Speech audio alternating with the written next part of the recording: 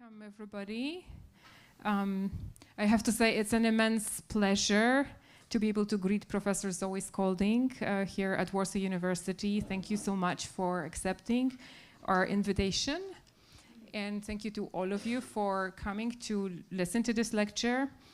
Zoë Skoulding is a poet and literary critic interested in translation, sound, and ecology. She's professor of poetry and creative writing at Bangor University. Her latest collection of poems is A Marginal Sea. Her previous collections include The Mirror Trade, Remains of a Future City, The Museum of Disappearing Sounds, and Footnotes to Water, which was a Poetry Book Society recommendation and won the Wales Book of the Year Poetry Award in 2020. Zoë Skoulding's exploratory work is inspired by European and American avant-garde traditions as well as by feminist poetics. Her writing is lyrical and experimental. It is both playful and seriously engaged. A key aspect of her practice is collaboration. She often performs together with the composer Alan Holmes, who is today in the audience. And she has participated in a number of collective writing experiments with other poets. Let me also add that this lecture is part of our ecopoetological laboratory coordinated by myself and Professor Gerardo Beltran within the non-anthropocentric cultural subjectivity research project led by Professor Paweł Piszczatowski. And after the events in Warsaw, today, tomorrow, and on Wednesday, Professor Skoulding will go to Wrocław, where we will take part together in the International Poetry Festival Silesius. Zoe's poems are translated into Polish by Grzegorz Czemiel, who is also somewhere there in the audience. So thank you very much for this. So Professor Skoulding, the floor is yours. Thank you very much, Yulia, for that introduction. And it's absolutely wonderful to be back here in Warsaw. So I'm going to talk about resounding and ecopoetics and listening and translation. And the challenge for humans in a time of crisis for the climate and biological diversity, I think, is to challenge our thinking, to de-center ourselves and understand our place in continuity with the world and what's in it. So in this talk, I'm going to think about poetry in relation to sound and translation, and particularly the subtly different meanings of resound and resonate in English. So to resound is to sound again or to echo, and resonate has the sense of vibrating, particularly in response to another vibration, but it can also mean to correspond with or to create a feeling of shared response. But etymologically, they're the same thing, a repetition or an amplification of sound waves on contact with another body. So to think about poetry as sound, as moving between bodies, puts the voice in a continuum with other soundings of the more than human world. And I'm going to talk about some aspects of this in my own poetry and translation to develop this idea. But firstly, I'll refer to some ideas about listening. So how can lyric poetry possibly have anything to do with decentering humans when it's apparently so focused on the self and its expression? So I think the answer lies in the forms of listening that it mobilizes and which are in turn a part of poetry. So in fact, this cover photograph of my book, Poetry and Listening, The Noise of Lyric, is a photograph taken by Alan Holmes of a sculpture by Mike Hewitt that takes us to Donna Haraway's useful term nature culture as a name for that continuum. So the musical technology of a guitar, in this case a silent one that's only a sculpture, and the space that opens up inside it for the living and non-human world. So poetry comes from the voice, but here I'm not just talking about the physical sound of spoken poetry. Even silent on the page, it has a latent or imagined sound that draws us into connection with others. So lyric poetry with a lyre, poetry as song, belongs to the sounded material world that surrounds us, and it troubles the border between the inside and outside of the self. So Denise Riley, writing about inner speech, suggests that the unconscious is better imagined not as a deep pouch of self, but as something outside of it and hanging between people. Her work's always been very important to me because it explores the multiplicity of voices that in turn give us voice or speak through us. Meditating on inner speech, she writes, far from drifting towards verbal ectoplasm, throws us hard back on the materiality of words, including the aural quality of the sotto voce. So I'm not just talking here about spoken performance, although I am interested in that too. And as Julia mentioned, I also do perform sound-based works. But here I'm interested in how language speaks us and how it might be a means of connection with other languages, human and beyond. So lyric in the experimental vein, exemplified by Denise Riley, very wonderful UK poet, is not just a type of poetry, but a space in which to extend the boundaries of the individual. So poetry listens. It sensitizes the ear both to the sounds that make meaning and the sounds that escape semantic meaning, tuning us into music and the whole range of our sonic environment. So I'm drawn to exploration of that point at which language dissolves into noise, or where sound might distract us from semantic meaning rather than underpinning it. So poetry demands a sensory response to be tasted rather than swallowed, or in Jean-Luc Nancy's terms, it invites a listening that's an écoute, a listening that's kind of on the edge of our attention, rather than a hearing understanding, which in French is entendre. So these two subtly different kinds of listening. So these are different sorts of attention, but attention is always in flux, caught between language and the senses. So meaning is not just delivered from speaker to listener, but in poetry, we're caught in the process of saying and re-saying, and that space of exchange is the space of a possible community. So here again, I'm thinking of Jean-Luc Nancy and his idea of methexis and listening as participation. So if community starts with other humans, how do we extend this community, this commons, to everything that isn't human and which shares the world with us?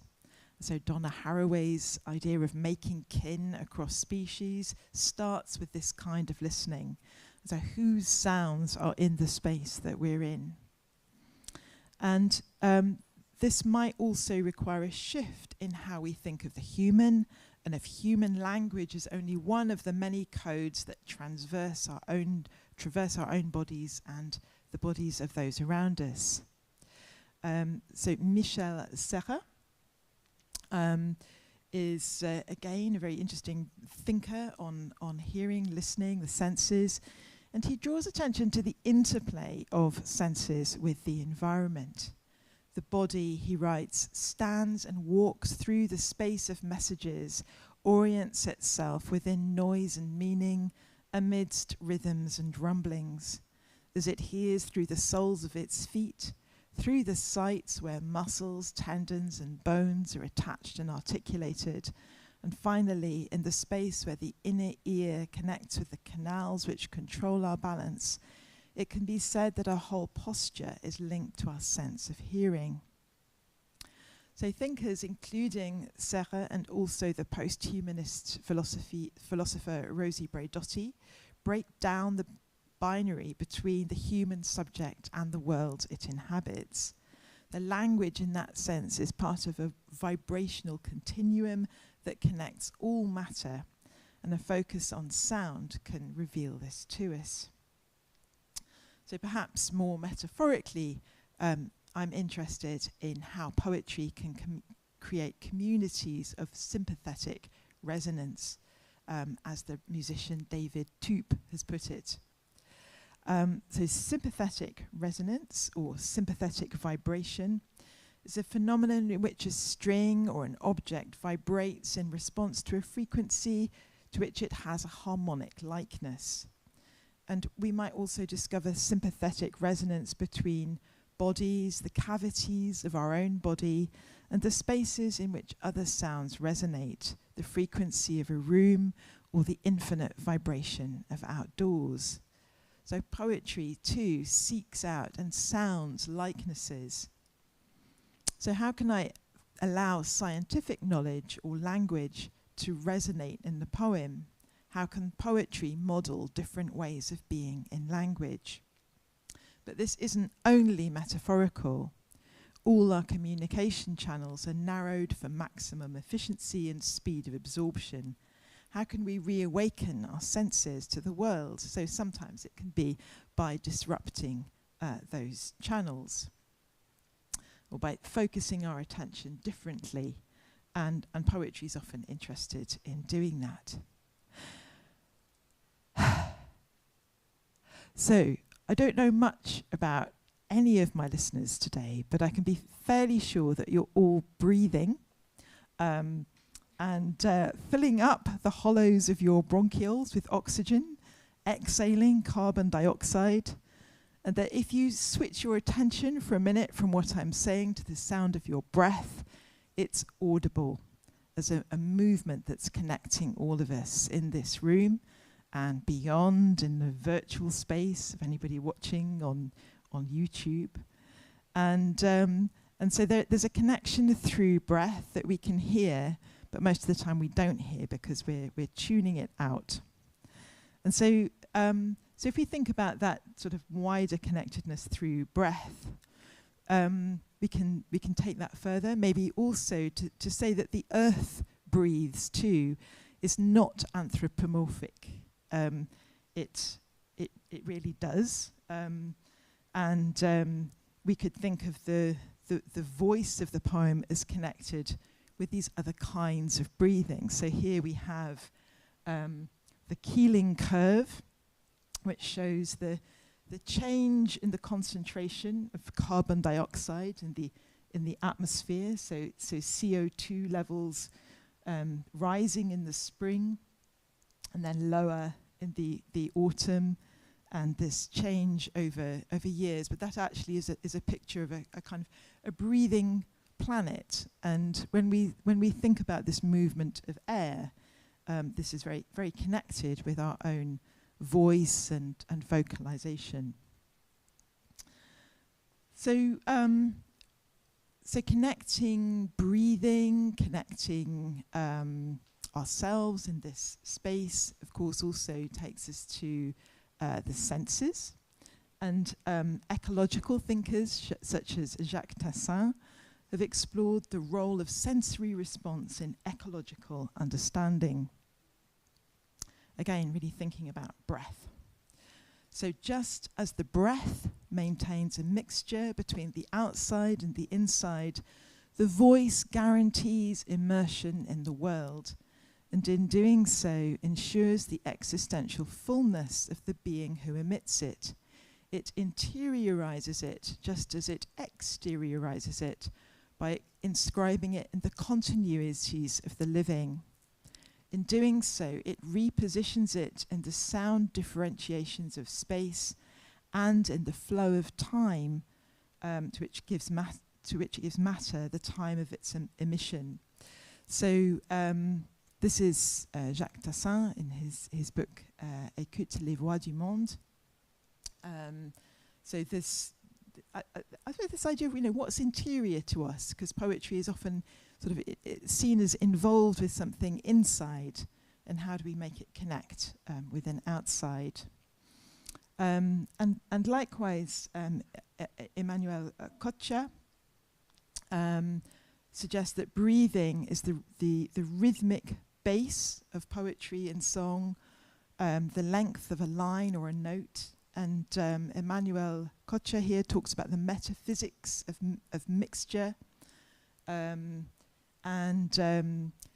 reveals really the centrality of plants to this breath of the world. So plants are the originators of the atmosphere in which all of life mingles. Everything is a repetition, intensification, and variation of what takes place in breath. And so he argues for a renewed awareness of a universal transmissibility and translatability of forms. So a mixture in which, if everything is in everything, it's because in the world everything must be able to circulate, transmit itself, translate itself. And so the air itself is already a translation that we're breathing. And translation and translatability are, in this view, at the very heart of an ecopoetics. So in this talk, I'm going to talk about 4 different kinds of resounding in my poetry and translation. So I've come to you from Anasmorn, the island of Anglesey. This is in a marginal sea of the Atlantic Ocean, and there it is on this map, where you see it in relation to Ireland, so between Wales and Ireland, or just on the edge of Wales. But thinking of a map like that kind of focuses on the sea is a reminder that all of life is in fact marginal to the sea. And that beyond the horizon there's another unfathomable beyond, but also that the sea is a space of contact and communication through multiple languages, species, and ways of being. And so in this particular collection, I'm interested in how a multilingual approach might open towards the languages of other species. So in fact, poetry has always registered the sound of other species and of non-human environments.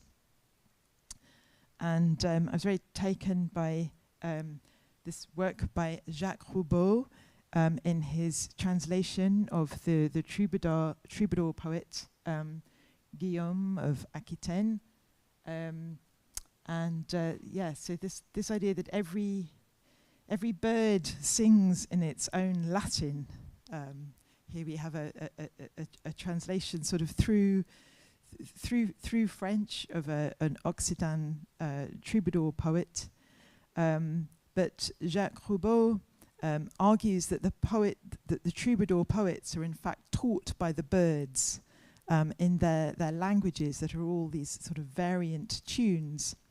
And he talks about how the Provençal landscape that was once kind of deafeningly loud with the sound of birdsong is now silent, because the presence of birds is really speaking by its absence there.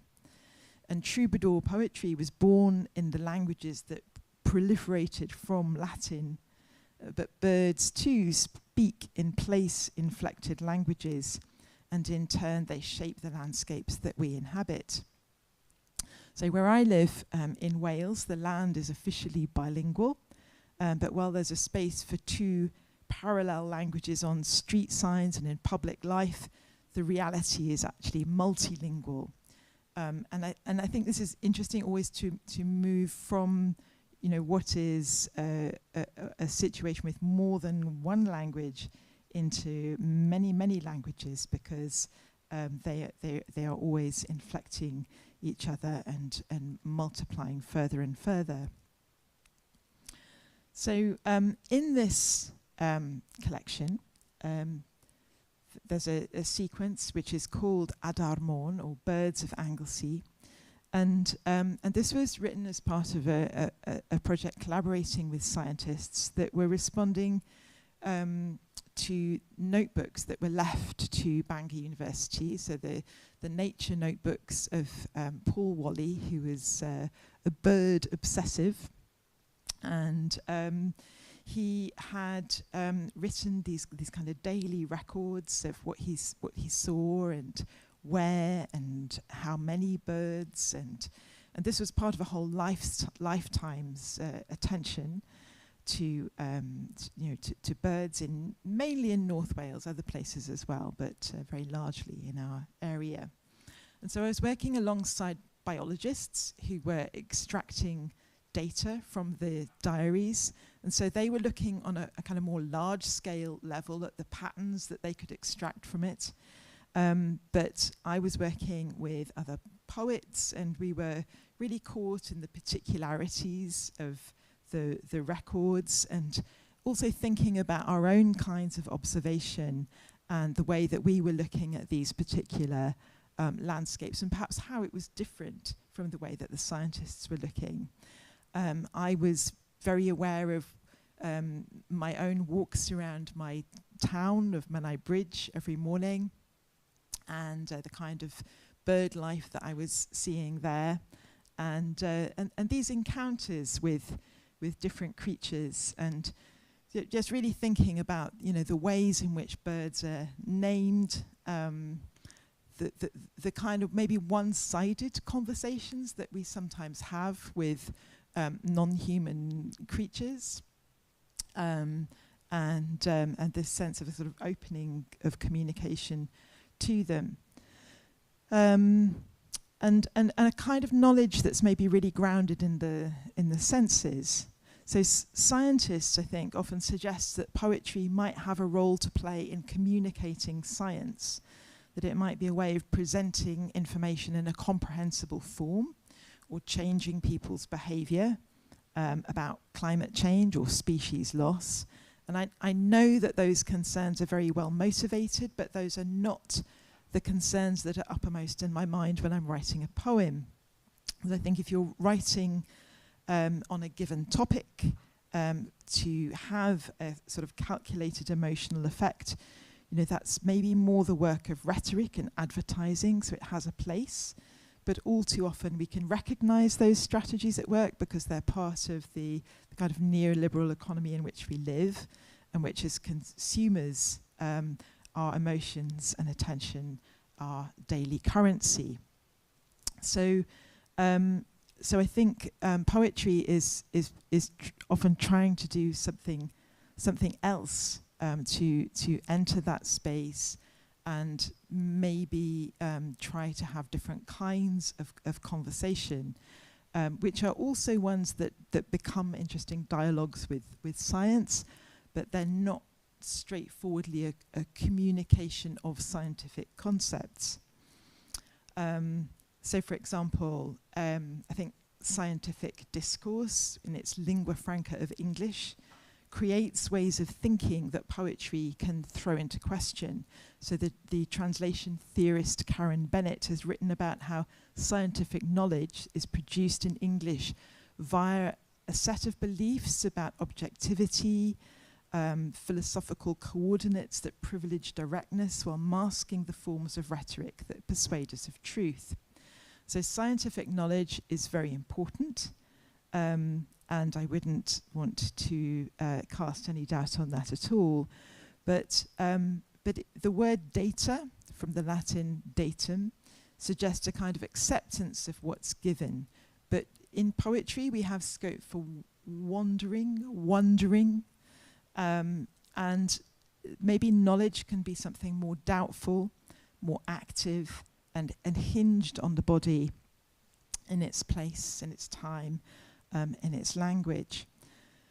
And so thinking here about the curlew, I was writing this just about the time that we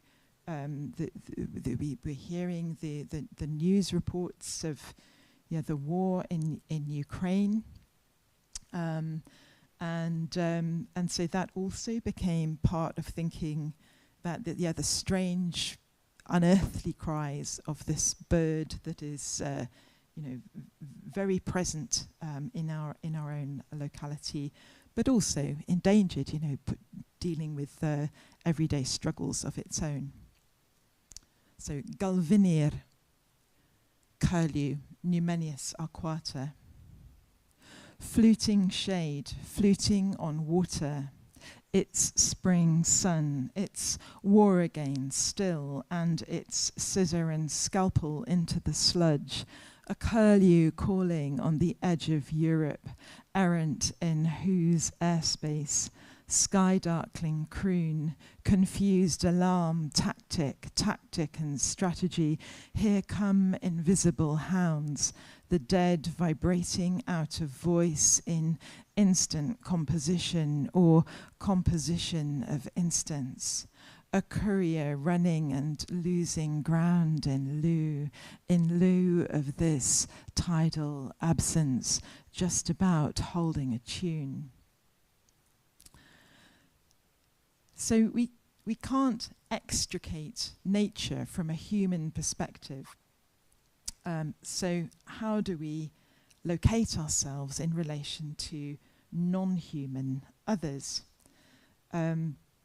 So we might share with scientists certain processes of observation, and my own takes the form of this repeated walk, in fact, at the same time every morning, and always clockwise around my town. So in that sense, it's a kind of repeated process from which we might gather results. But it's also a creative process, a means of building communities and solidarities. So from Michel de Certeau, I understand place as a mesh of intersecting lives. So my movements as a text that's entwined with others I can't read, yet want to make space for. The soundscape of the shore is full of the voices of birds, but I also hear them through the voices of other poets. In this case, particularly Welsh poets. So in English, Lynette Roberts, and also a little in Welsh, R. Williams Parry. And so this is my own poem. It's not a translation, but the poem has some sense of echoing those others.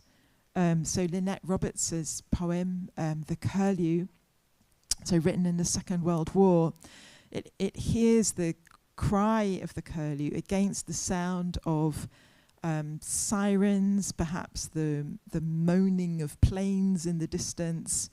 So there's something about human activities in this wider soundscape, something about the war going on in the background that makes its way into her hearing of the birds call and her writing about it, which in turn I think inflects the way that I think about the curlew and hear it. And so the soundscape in that sense is an aural commons. It's the space where we meet each other. It's a space also where we hear other histories of hearing.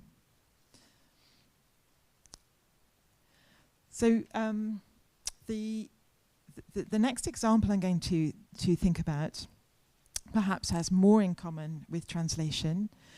So resounding, echoing back, thinking about the space of the community, the commons, the singular plural, again, an idea from Jean-Luc Nancy. So this comes from a historical poetry and science collaboration. And over several years, I've written a sequence of 360 short poems which respond to the French Republican calendar, which fascinates many contemporary artists, particularly outside France. And Sharon Kivlin's painting on the cover here shows a bleeding and decapitated plant. So if you've followed recent events in the UK, you'll understand why this might be a topic of some interest to us. Maybe we see some of these questions of royal lineage a little differently in Wales. So this calendar, devised by Fabre d'Eglantine and Gilbert Rome, was an attempt to break the power of the church. And it was used from 1793 to 1805, and then it was revived for 18 days in 1871 in the Paris Commune. So its aim was to recenter time on the agricultural worker. So the months were all given different names after the seasons, and each one was organized into 3 10-day weeks. And then the saints' days were all replaced by these days that were dedicated to animals, plants, and agricultural implements. And so the rationale here was that the abstract power of the church would be replaced with a more direct experience of the natural world and its abundance. And d'Eglantine presented his ideas. Here we have the lists of the plants for each month. So he presented his ideas to the National Convention, and this was what he said: when at each instant of the year, of the month, the decade and the day, the thoughts of the citizen shall be directed towards an agricultural image, a benefit of nature, or towards an object of the rural economy, you cannot doubt, since for ages the people have nourished an affection for fantastic objects, for pretended saints they did not see, and whom they knew still less, you cannot doubt, I say, but that it will lead the nation a great way towards the agricultural system, and that each citizen will conceive an equal affection for the real and effectual gifts of nature he enjoys. And so Sanja Perovic has noted that, you know, this was really a belief that a new collective memory could be constructed through an effective immersion in images. And so just by creating a new language, you could draw people together in a new kind of thinking. So yes, partly about images, but also through sound, because the naming of the months, Vendémiaire, Brumaire, Frémaire, Nivose, Pluviose, Ventose, Germinal, Floréal, Brachial, Messidor, Thermidor, Fructidor, it was conceived in terms of a seasonal tempo. So the names of the months of the autumn, it was thought had this sort of calmer sound, and the winter a heavy sound, and those of the spring a bit lighter, and so on. You know, so it's a sort of short poem in a way, but trying to make a different sense of time moving. And so each of these also had had its image as well, connected with it. And so it was very much a work of persuasion, trying to bring people's attention to the natural world. So it was an art-science collaboration, you know, of the kind that I think people are realizing now are incredibly valuable in terms of, you know, thinking about where we are and how we imagine the world that we're in. And so the precise sort of naming of the days was originally going to be just the idea of, you know, what was the most beautiful flower, you know, that was anywhere in the world, or the most wonderful tree. It was centered down in the end to be just trees and flowers that were in France, and André Thuin, who is the head gardener of the Jardin des Plantes, he offered this selection of what was in season at each time of the year, and he gave it to the committee and said, you choose the flowers and plants that you like the names of the best. And so again, it was something really in the sound of the names that was used to structure this calendar. And he sent a list of plants under different headings, so vegetables, animal feed, medicinal herbs, and, you know, perhaps wisely, as this was a very volatile time of revolution, he left it to other people to decide exactly how to do this, which ones they wanted to choose, and and we have, as a result, this very beautiful kind of listing of names. And so what I did was I took the names as the basis for poems, so I had to translate those, and that in itself was interesting because the seasons have shifted for some of those plants, and actually, you know, some of those plants were well known at the time because of particular uses people had for them. Now they're less well known. But I'm going to read an extract from it now, and I'm speaking to you now in the month of Floréal. And so in terms of resounding or resounding, what I have in mind is the shouted slogan, the call to the crowd.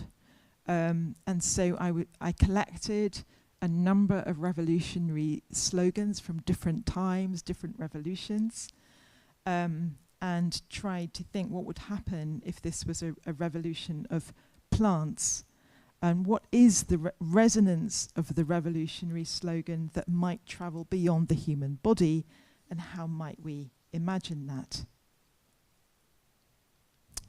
Rose. Rose. Here is the rose, here dance. Now colour bleeds across your money where your mouth opens on petal after petal, useless in the bloom and buzz. Chêne. Oak. Permanent revolution. So many growth rings written over ownership by strength in promiscuous wind, the pollen's wild fusion. Fougère, fern. Unfurl your head. If this feathered edge holds true in the forest, it holds at every scale, a constant in wet green algorithms. Aubépine, hawthorn. Every flower is a fist, clenched against whatever the sky might be about to promise. Thicket and prickle resist in bunches of no surrender. Rossignol, nightingale. Until the song ends, in earshot but invisible, and what I'm reaching with is hope, arriving with no papers, only its chuckle and trill, its precarious warble. Champignon, mushroom. We champion the spore-bearing body. Before you noticed it was there in the tissue of earth in tentacular reach, it didn't break out but rose softly from bonds, from scattering. Sainfoin, sainfoin. Never work. The bees revolve around pink. A poem revolves around the names of dried out plants and wasted industry. Fusain, spindle tree. Yell. A red shout bursts in leaf, in berry, in flame, this burning a demand for everything, and everything now. So the revolution that is now needed, however, concerns another frontier. And the Canadian poet Stephen Collis uses the word biotariat to describe the portion of existence that is locked up as a resource by and for those who direct and benefit from the accumulation of wealth.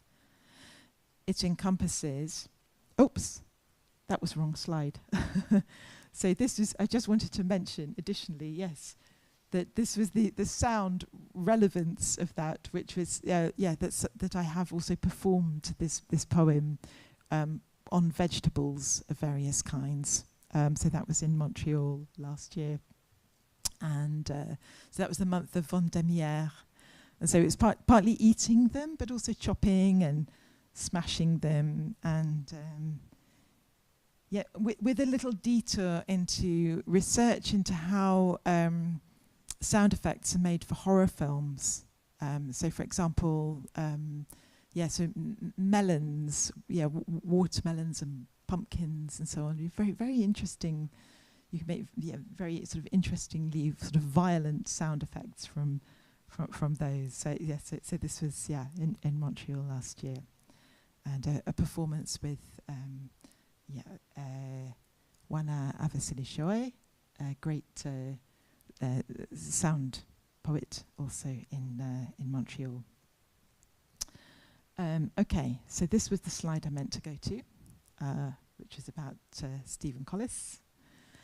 So that portion of existence that is enclosed as a resource by and for those who direct and benefit from the accumulation of wealth. So, workers and commoners, most animals and plants, including trees and forest and grassland ecosystems, water, land, as it provisions and enables biological life, minerals that lie beneath the surface of the land, common wastes and sinks too, into which the waste products of resource production and use are spilled, the atmosphere and the oceans. It's that large, the enclosed and exploited life of this planet.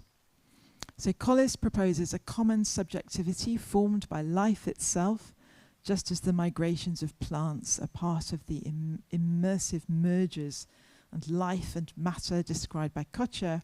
We need a politics broad enough to address them. So the revolutionary calendar, which makes plants, animals and minerals our comrades, points to a future that has not yet arrived and is needed. So the last two examples I'm going to talk about are translations.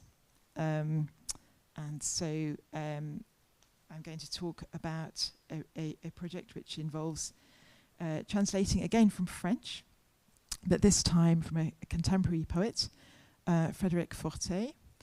And I think if translation is conventionally imagined as the substitution of one language for another, therefore an obliteration of the source language, it can also be generative and tending to multiplication. So Frédéric Fortet's book, Dire Ouf, reveals Fortet as a poet who is relentlessly curious about sound. So Dire Ouf is a homophonic translation of Deer Hoof, the Japanese-American indie band. So there's a picture of them here. And it is an ongoing investigation into noise, so the point where sound and meaning are pushed towards what exceeds music and song. And so his poems enter music with a kind of collaborative listening, not representing music mimetically, but responding to it within a parallel structure. So Frédéric Fortet is a member of the OULIPO, so the Ouvroir de Littérature Potentielle, and he therefore has a wide range of techniques at his disposal, which have developed over this group's existence since 1960. So using using constraints to generate new forms of writing, and he's added some constraints of his own. So the one that he uses here is derived from one by the poet and mathematician Jacques Roubaud, who I mentioned earlier as the translator of troubadour poetry. So based on the syllabic count of the haiku, he's written a sequence in which each line must have a number of syllables that adds up to a prime number. And so in this sequence, the structure is decided by the versification of Deer Hoof songs. So the sequence is completely shaped by that constraint. So I've also used it in the translation and also listened to the Deer Hoof songs. So if his poems are in some sense a response to the songs, then yeah, where does that leave the translation, and what are you doing when you try to translate something like that? So I'm going to read a short extract from one of them, which is based on Deer Hoof's song Half Bird, which is then translated as Moitié Oiseau, which I've translated back to Half Bird. And I will read, it's for this, by the way, for this anthology. Okay. So, extract from Half Bird. So, if I'm bird in the nocturnal mode, then I'm among remembered things, and the hidden danger can, in another language, carry another name, which is not tsunami. This little refrain is able to resist winds exceeding, etc. Balanced on a thread, sing in loops, singing until you're stripped naked. You start with a line and produce an electric emotion with 3 times nothing, a little savage in the bathroom. The adventure could terminate right there, but there is also this coda in the form of postscript. In the forests of southeast Australia, the superb lyrebird perfectly imitates sounds, natural songs of other birds, and even the sound of the pneumatic drill. And so, yeah, the poems are very often doing that, sort of moving into domestic situations and out again, and capturing in a way sort of flux of experience, but within this really tight constraint. And so the expression is interrupted and swerved by these irregular syllable counts. And so rather than creating form in any naturalistic sense, the constraint draws attention to the arbitrary shape of language in relation to the experiential movement or flow. And so these are poems that engage with an open-ended listening, one that's receptive to the chaotic range of sense impressions and multiplying significations. So here the poet is like the musician, half bird, half responding to a sensory environment and half responding to the cultural frame of song. The superb lyrebird, who makes an appearance at the end of Forte's poem, makes no distinction between mimicry of its own kind and of human machinery.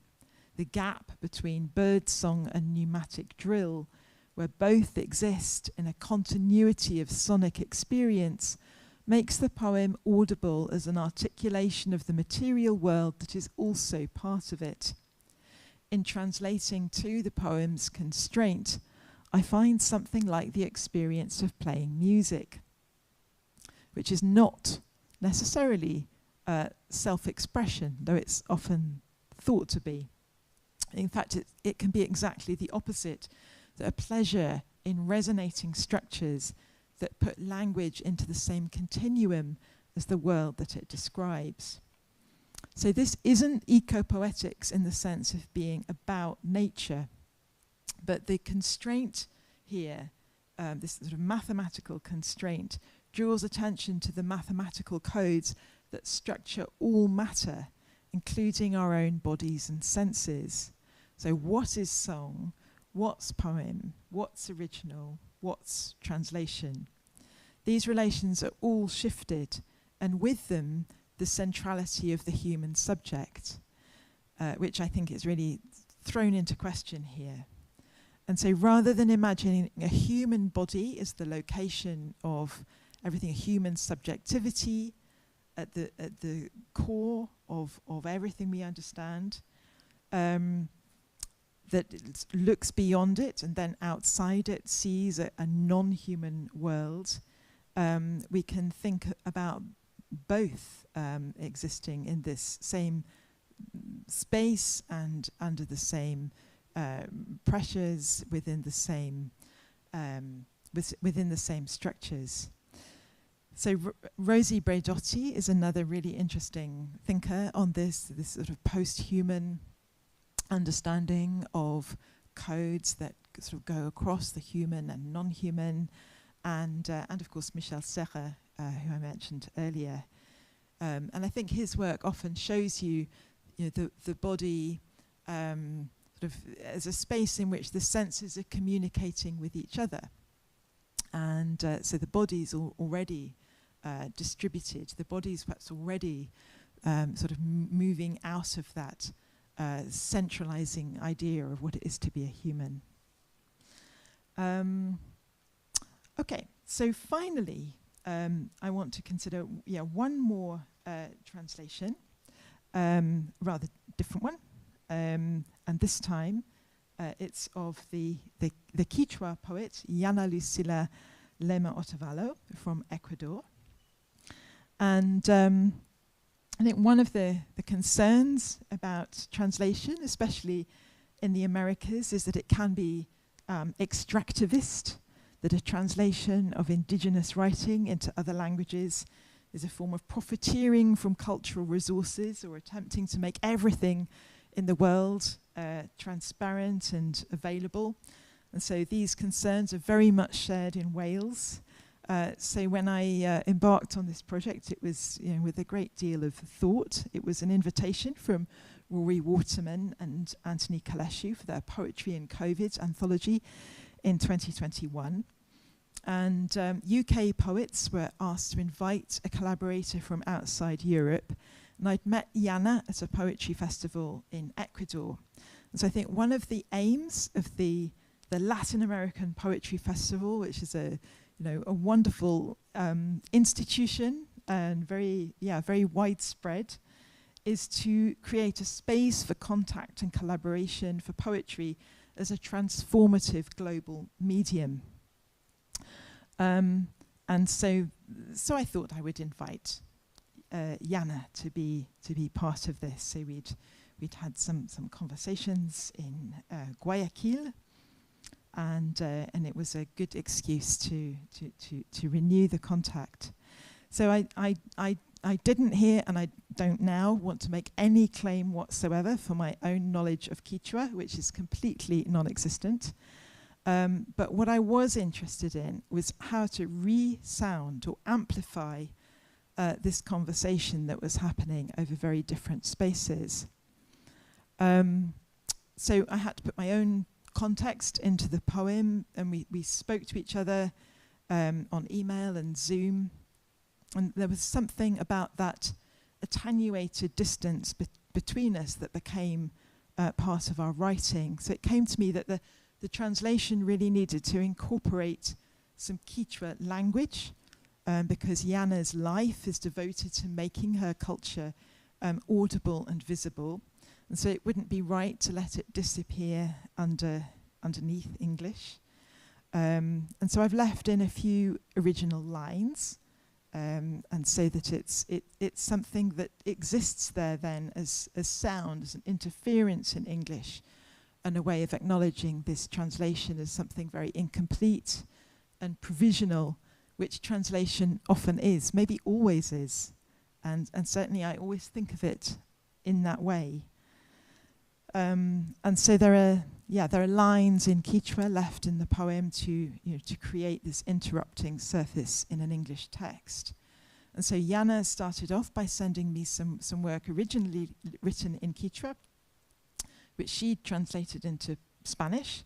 And so I translated those by working from Spanish, which I also don't speak or read well, although I can read it a bit. So I was then asking her about the Quechua. And then we wrote a second part. I wrote a second part of the poem, which was a kind of response to hers, her first part. And in that, I was thinking about my own lockdown environment, and particularly gulls, the sounds of the gulls around me, rather than where she was, which was she was hearing all the hummingbirds here. And so she wrote an introduction for this, and particularly I was struck by what she wrote about this word that comes from near the beginning of her poem, wakai, crying, suggests distress in humans, but singing or joy in animals or birds. Yeah, which I thought was interesting, because maybe we don't really know what what feeling any animal sound might be telling us, but then actually with human language we're often not much more the wiser. So these opportunities for crossed wires are everywhere. And then so she talked about her sense of the earth as a mother, some of the traditions in her area, and particularly the kinti, the hummingbirds, and what was happening, in that time she spent in Peguche, in lockdown, sense of the smaller animals having a bit more space to roam, and coming out. So I'll read just a little bit of what we wrote, oops, here we are. Here is Jana's poem. So as you see, it's got still some Quechua parts in it, which I'm not going to read. We wrote it in a way for a performance that took place on Zoom, where she was reading these sections. And I think it needs a voice. So, and I was aware of sort of writing it with space for her voice and her language. But we called it Song of Gulls and Hummingbirds. Now your cry seems like another. Now we all hear your breath in our ears. Now there are cries without tears. There's awe in our eyes. There's turquoise of fiestas. There's sea green. There's blackness of earth, silence, breathing. Mamaku, this is your time to run free, your blood through the fields, through the lived city, through the black of a night that isn't night, through the shadow of day that fires up the sun. Mamaku, your name's been in everyone's mouth. We've put gifts of sweet fruit in your belly. We've spread holy smoke in your territory. We've flexed our feet against the ground to talk to you. Now when life is leaving us, when pain has come to us, when our breathing's cut short, when we can't even talk to our dead. Now when we can see your wounds bleed into our own skin, we don't want to forget your injured body, the seeds not germinated, children who are born but dying. Mamaku, this is your night and day at the same time, our night and day as humans too. Will we keep water for the newborn? Will we keep the earth for other hands? Have we thought about what comes after fear? Will Mamaku still hear our breath, our beating hearts?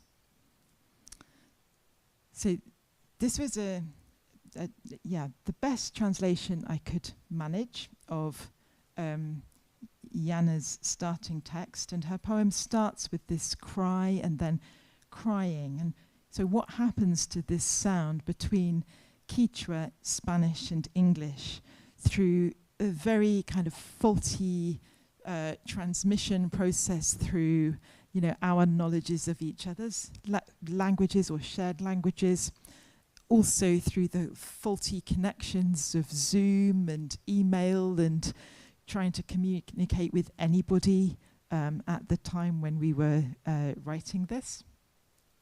And so as I was struggling with translating this poem, I was thinking about Nathaniel Mackey's landmark essay, Sound and Sentiment, Sound and Symbol, where he refers to Stephen Feld's musical anthropology, his study of the Kaluli people of Papua New Guinea, which associates the source of music and poetic language with birds and weeping, with the rupture of kinship bonds, such as orphanhood.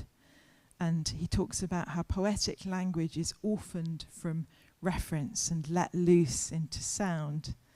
And so these are the ideas that have been really important to me critically in thinking about the sound of poetic language. And I found that in thinking about Jana's poem, they seemed especially relevant. So what could I do with this? What's a collaboration? What status does a collaboration have in this strange situation where you're not necessarily sort of working in the same language or place or position, and how would you go about it? I thought that the best thing I could do was to leave that translation of Jana's poem and then write something that would kind of echo the ideas that I drew from it, my feelings about translating it,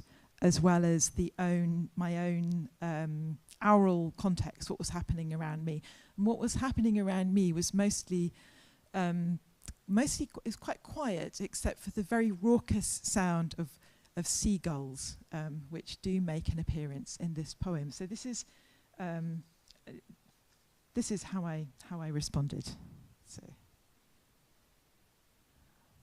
wakai, cry of a human, animal, or bird lamenting or speaking its own language. But how would you know if a bird is lamenting, or if speaking its own language is already a lament? Here the hummingbirds are weeping with drunken laughter, high on sugar, dizzily flitting, voice of needle, beak, peak, flower, bother of wings, have at you, looped around again, kinty, kinty, inti, kith and kin, oh humming sun, hungry gulls abandon empty streets and benches and call to the whole grey sky. How do you say this now? Who are you so far away now? Who are you, and how in the green of skies and the turquoise, how in the black of days will you turn on the beat of a wing? We are abandoned into birth with these cries that name us orphans. Music as sounded, skin slips into a sort of swoon, or kinty song reaching into connection, an inaudible note too high to catch. Breath quivers on the wire when it's night and it isn't. Mothers in pixels, mothers in leaves and light, and the speaking dead come through, their voices underground, earthed in electrical echoes. So one of the words left in Quechua is same, of which Yana comments, it's a word I often heard from my parents. It means the breath of life or pulse, that is everything. And it's an idea that's carried through her poetry. And so the resounding of other languages in English is a necessary counterbalance to the idea of global accessibility and availability. And the resounding echo of translation across geographical or cultural spaces is one that makes us aware of plurality, alterity, and the varying effects and impacts of climate change and species loss in different parts of the world. And so the human language, I can't speak, is alive with sound. It is only sound.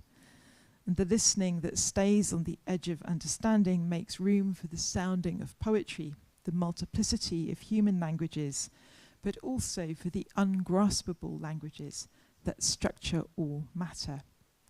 Thank you very much.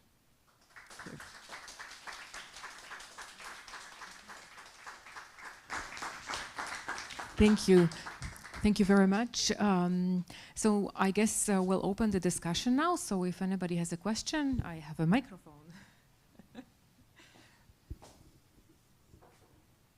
This is this gull nested in our garden, actually. Yeah, but when I was writing that poem, so.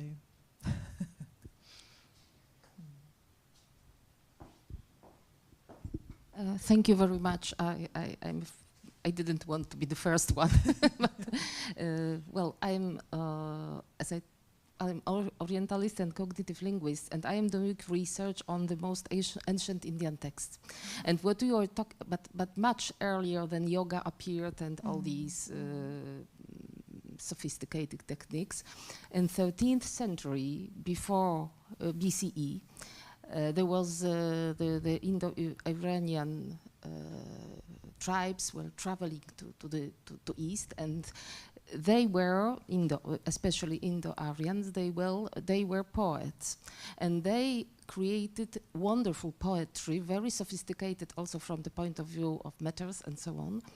And they transmitted this poetry orally. So they believed that that sound is something which is that poetry, which is something which is between us, because they were repeated, the poetry in the groups, and in order to remember it as well as it is possible. And the idea that we are all somehow made of sound and made of breath, which is, of course, very important, necessary for sound.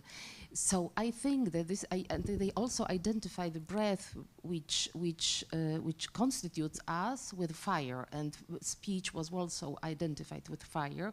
So it was somehow dangerous too. Yes, of course not for everyone, but so, and this tradition, this oral tradition, completely different from the epic tradition in the West or in Greek or Balkans.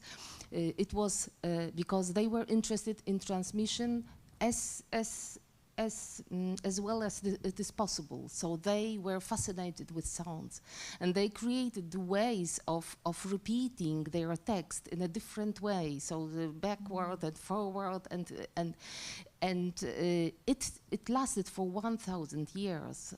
Maybe maybe even more. Some of these texts, the eldest text, this very old text, was written down in 10th century AD.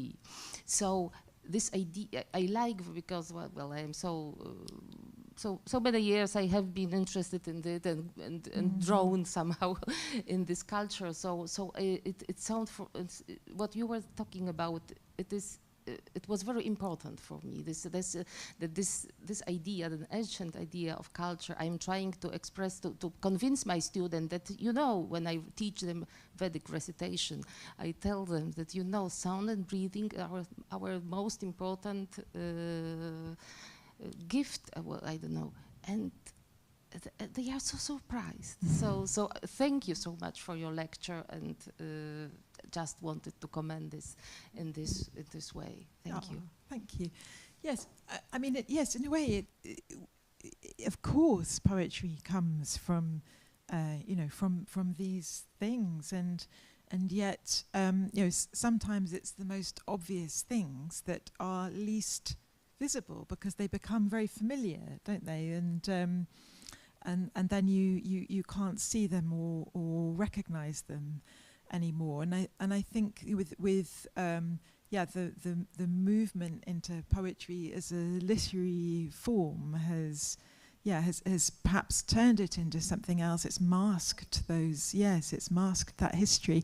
And I guess what has reanimated it in a way is the development of recorded sound. And so that has actually freed poetry in a way from the page, and it's allowed us to hear it again. And certainly in the book I wrote on this, the poetry and on poetry and noise, what I was interested in is how musicians as well, because of recorded sound, have been able to isolate sound and, you know, and sort of think about atmospheric sound and what that's doing, and make that part of music, and that too has had an effect on poetry. So somebody like John Cage, for example, who went into an anechoic chamber and then described what his heartbeat sounded like, what his nerves and breathing sounded like, and then made that as a basis of music, but made out of sound. That gives really new opportunities for poetry, because then you hear language also as something that exists alongside sound that's in spaces and in between us. Yes. Yeah. Mm-hmm.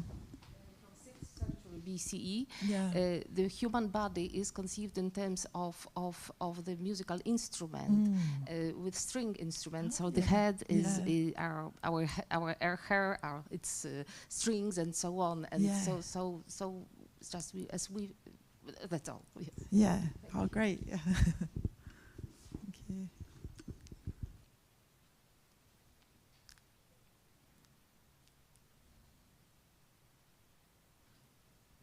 Okay, I've got a question. I just wanted to ask you about this, about a relationship between two, I don't know, two aspirations maybe, or two tendencies, because you do speak about translation a lot. You do speak about translation in much of your work, but at the same time, I understand that you redefine translation, that you treat translation as something that is, as a process which is always which is always situated, which is always bodily, which is always contextualized. But at the same time, there is an impulse, like when we try to translate something, there is an impulse towards understanding. On the other hand, you do value sort of staying, as you put it, at the edge of understanding, at the edge of understanding, and you do value a kind of poetics that frees language. Or actually, I can't remember. This was a quote from someone in your talk, that poetic language is orphaned from reference. That is Nathaniel McKee, Right, yes. And so, so I just okay. Let me try to phrase this question somehow. I guess the question is, what is the relationship between this sort of desire to understand, which is why we translate, and this valorization of staying at the edge of understanding? Yes. Is this clear? Yes, it is, absolutely, yes. Well, I think it depends on what you're translating as well, and for what, in what context. And so I guess I was just wanted to make really clear in terms of the Quechua poem that I'm not claiming to be an expert on Quechua, but I still feel that very often translation is a kind of conversation that it's often an extended reading, and that can happen in all sorts of different contexts. And in fact, I have in the past translated your poems with having no knowledge of Polish, but with a very interesting conversation that it's resulted in me being here, and many further conversations that have come out of that. So it's been critically important, though I wouldn't for 1 minute, say that any of those translations were, the watertight representation of your work in English, because quite clearly, I don't have that depth of understanding of Polish, and if you're going to read your poems somewhere, you want to know that they are translated in a way that is going to represent you. And so with living poets particularly, there is a need to make sure that you're representing the poet and their work, and allowing that work to circulate in the ways that it needs to. And that might be different from the kinds of conversation that might arise out of maybe more playful or variant processes. And so with Frederick Forte, well, I do speak French, and so I would say that those translations do hold up to the best of my knowledge as a representation of those poems. But also when I look at the way in which he was writing, and the use of a constraint, I think, well, I also have to be true to that constraint, and I have to think about, not just the text as something fixed in any sense, but something that is in itself generative or generated by that process. And so, so some of the choices were about that. They were about following the constraint, and in places, that required some jumps and sideways maneuvers, and but I think in any case, but I think both of those tendencies are probably there in any translation, although you might maybe emphasize, you might be more aware of one mode or another in different contexts. And I suppose too, I'm really interested in the sort of the writing about translation that comes out of it, because I think sometimes the process is so fascinating that, you know, it's not all captured in the translation, and that's in fact, you know, why Catherine Hedin and I made this anthology of translations, because we were asking translators to talk about the process, to talk about, you know, why they translated somebody and how they went about it, and also what kind of geography came out of that translation, that kind of counter mapping. And so, you know, it's not just sort of being on the edge of a text, straining after meaning, but sometimes it's a, you know, it's a relation between places, between languages, between cultures. You know, that's always happening. It's always relational. And so, this is how it, so poetry's geographies, and you know, and that was the idea that we had, was to ask translators about what they're doing, and to talk about exactly those questions, really. And people came up with all kinds of responses to that.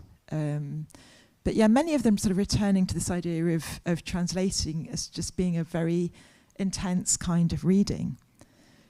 You know, where you may understand something, and then you understand it again, or understand it differently when you return to it next time. So even reading is never finished, you know, or even reading in your own language is never really finished, is it? Yeah. Mm-hmm.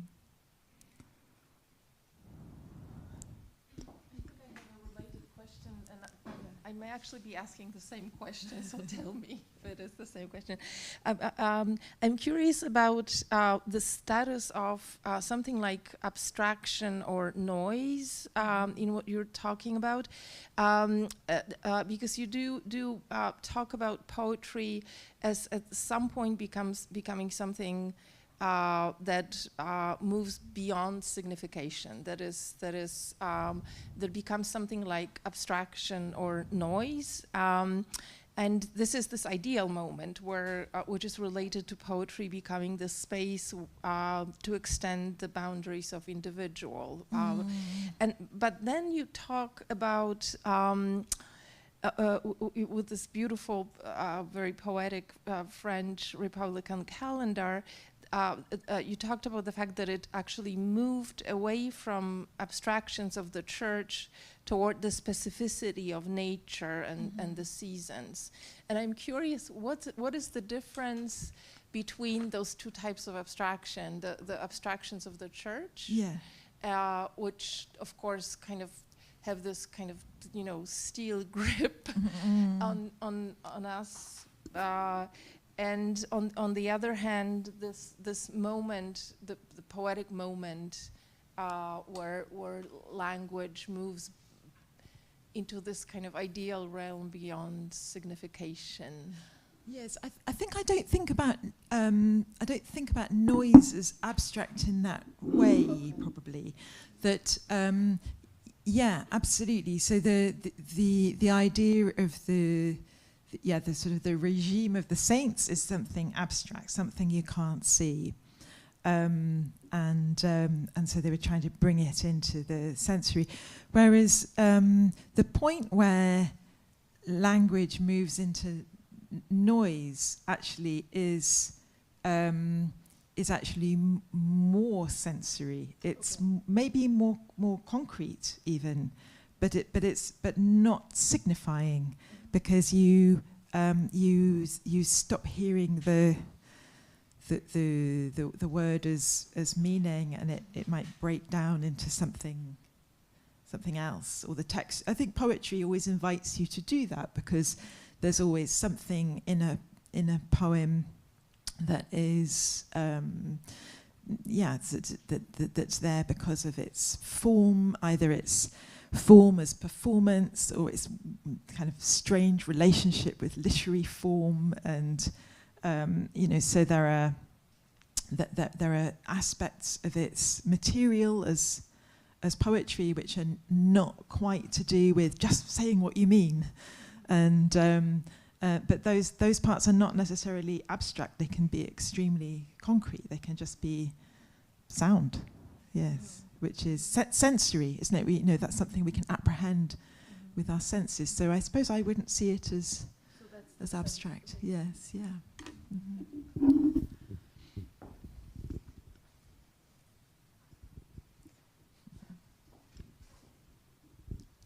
Hi, following Julia's question, I would like to ask about another dialectics of sorts, a productive tension, perhaps we could call it, because I've noticed in your way of thinking, like this stress on our situated knowledge that is both embedded and embodied on the one hand, and on the other hand, some search for or nostalgia for universalism. Like to saying that we all breathe, we are human beings, that, let's say, are in touch with nature. Would you say that it's true that there's some kind of dialectics of sorts? Yes, absolutely. And I think, maybe that's where the noise actually comes in, because to say, we're all breathing, we're all what? Well, yes and no. Yes, but I think that's also where the sort of the sort of technological interface comes in. And in fact, I was thinking about this because also during lockdown, I was part of this amazing weekly series called Languages of Virus. With some sound poets in Chile, and we were trying to do sound poetry on Zoom. So if you imagine, with a slight time delay you get on Zoom, and actually trying to compose something, but weirdly it worked, because you could be, absolutely sort of in some kind of embodied presence, and yet absolutely remote, each of us in our little room that's sort of making strange noises, and that was very interesting. And also, I think the pandemic really brought home to us all how very different our experiences were, and so I know that my experiences in Jana's, for example, were enormously different. But in one of these meetings, I'm coming back to your question. We had Cecilia Vicuña talking to us, and she got us all to lean in to our computers, microphones and screens, and breathe together. And she just made us do that. And it was astonishing, because yes, you did feel in some sense together. You remembered that you had a body, but then you also remembered really how very strange it was that you could be sort of breathing right next to somebody in Chile or in New York, I think she was, and so it's both of those things, I think, and so that's where I think it's important to find ways of talking about it that can defamiliarize what's happening, because otherwise it can slip very easily into cliche. But it's also your point, and I mean, maybe because this is such an old idea about poetry and the breath of the universe, that actually we can't take it in, and so it takes somebody like particularly Jacques Tassin, whose work I really like, and Emmanuel Kocher, just to say, look, you can only breathe because of plants, and this is where the breath is coming from. We're breathing what the plants breathe out. This is actually something we would do well to remember, somehow this knowledge needs to come back to us in some way that's estranged in order to make sense of it in a way that we can for our own time.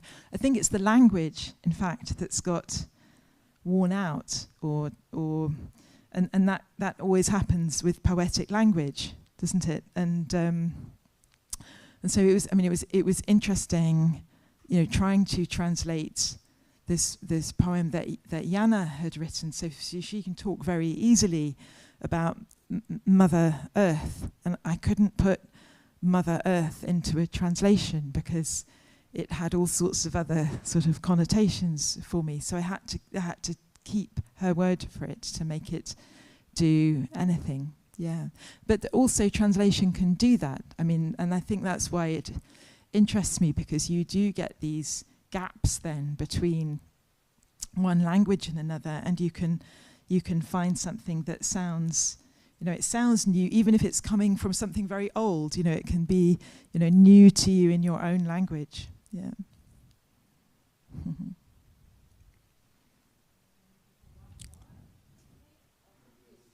Yeah. Just a very short information. And names of the months in Polish also come from what happens in nature, or what we humans do that in this very month. So we don't have names only except for March. We don't have names which come from the sand, but more primeval, we could say. Thank you. I don't know if I will be able to formulate a thought or a question, because I seldom do, but I was thinking about the relationship between sound and noise. And I was thinking, Professor, you could correct me if I'm wrong, I was thinking about, as far as I can, about Sumerian mythology. And for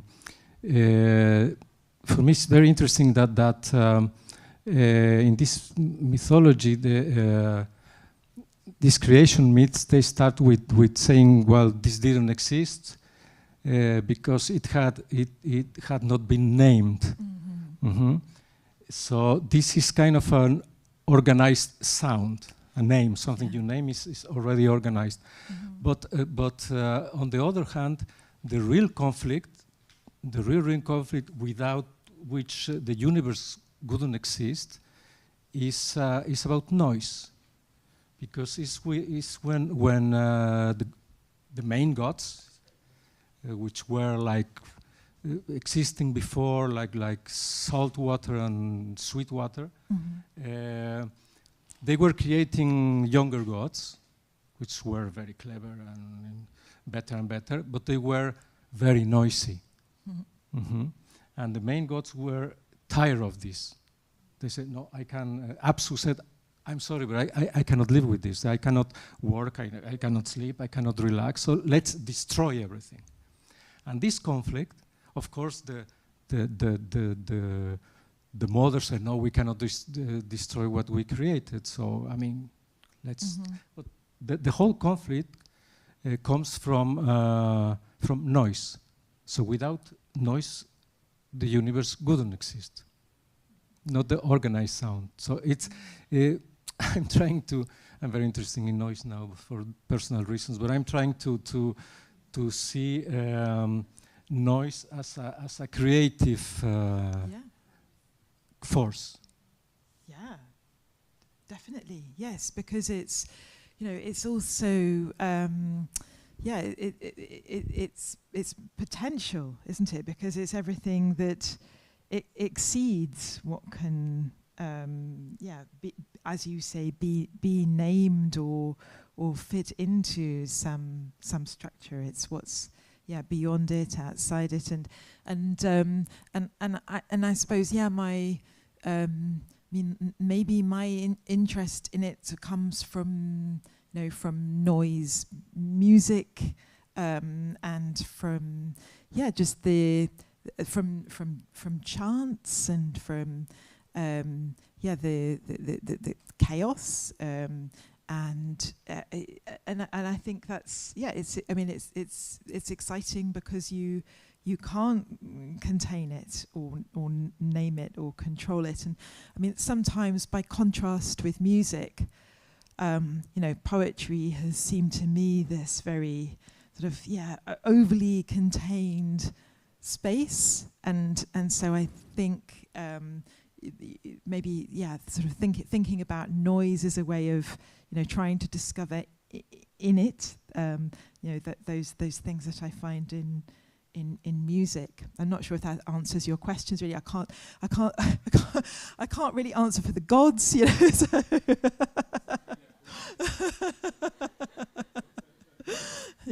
But thank you. Okay, I think it's time for us to end. So thank you again. Thank you.